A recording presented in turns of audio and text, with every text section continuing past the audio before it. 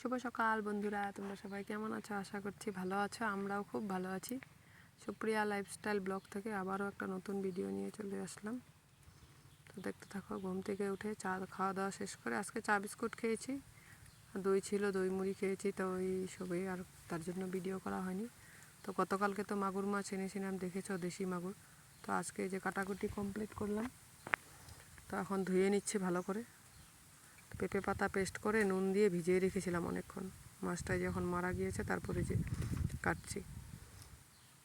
তো এই মাছটা তো অনেক পিচ্ছিল, জানা, অনেক পিছলা, কেটতে অনেক অসুবিধা কাটতে, মানে নুন না হলে, নুন দিলেও মানে কোনো কাজ হয় না এরকম। তো আর জিন্দা থাকলে তো কাটাই যাবে না, তার জন্য পেঁপে পাতা পেস্ট করে আর নুন দিয়ে ভিজিয়ে রেখেছিলাম অনেকক্ষণ, একটা হাঁড়িতে জিয়ানো ছিল ওখানে। তারপর এখন যে কাটাকুটি কমপ্লিট, তারপরে যে নুন হলুদ মেখে রেখে দেবো। তো রান্নাটা পরে করবো, আরও বাকি কাজ আছে। অল্প পুকুর পাড়ে যাবো, দেখবো আজকে কচুগুলি কেমন হয়েছে। আমাদের যে জল কচু লাগানো হয়েছে, তোমরা তো দেখতে পেয়েছিলে।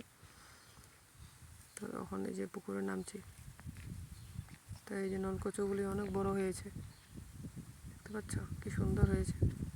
লতি হয়েছে, লতি দেখে তো দারুণ অ্যান্ড ফুর্তি, মানে কচুর থেকেও লতি। কচুটা তো এখন খাওয়া যাবে না, ওই জ্যৈষ্ঠ আষাঢ় মাসের দিকে ভালো বড় হবে, এখন ছোট ছোট হয়েছে। তো এই যে লতি হয়েছে, কি সুন্দর দেখছো। লতিগুলো খেতে ছোট মাছ দিয়ে দারুণ লাগে খেতে। এই যে ওই সাইডে দেখছো একটা গাছে 3-4টা করে লতি বেরিয়েছে, অনেক বড় হয়েছে কচুগুলো। এই ডাঁটিগুলো শাকও খাওয়া যায়, কচুর শাক। তারপরে এদিকে দাদাভাই আর আমি আসছি, ও দাদাভাই ক্যামেরাটা করছে আর আমি এদিকে নামছি। মেয়ে স্কুলে চলে গিয়েছে। তারপরে যে এসে পড়লাম ঘরে, এসে এই যে দেখছি যে এগুলো কলার পাচলে শশা গুটি দিয়েছিল দাদাভাই। এগুলো বলে অনেক বড় হয়, বলে ভালো হয় মানে গাছ। তো রেখে দিয়েছিল, অল্প জল দিয়ে 2-1 দিন পর বাদে বাদে জল দিয়েছি, যে কি সুন্দর বীজগুলো গাছ বেরিয়েছে। তো এদিকে ধনিয়া পাতা এনেছিল গতকালকে বাজার থেকে শ্বশুর বাবা। দাদাভাই এগুলো ধুয়ে দিল আর আমি এদিকে রান্না বসিয়ে দিলাম। তো এই যে মাছগুলো ভেজে নিচ্ছি, মাগুর মাছ। অনেকে তো না ভেজেই রান্না করে মাগুর মাছটা, আমি নিজে দেখেছি, মাংসর মতন কষিয়ে কষিয়ে। কিন্তু আমার না ভাজলে আবার দাদাভাই খেতে চায় না, আমিও খাই না, তার জন্য অল্প ভেজে নিলাম হালকা। তো মাছগুলো ওই যে ভাজা কমপ্লিট, ওদিকে মশলাও রেডি করলাম।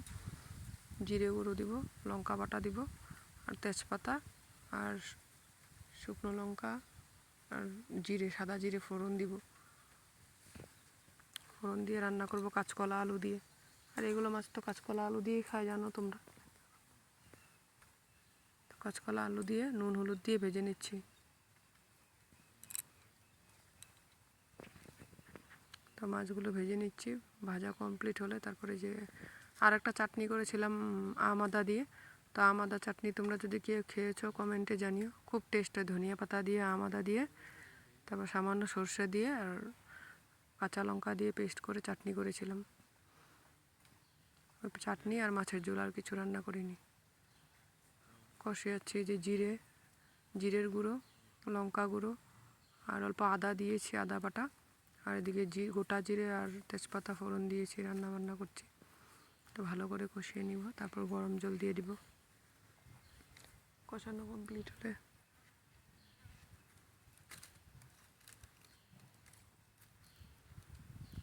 দেখতে পাচ্ছ কি সুন্দর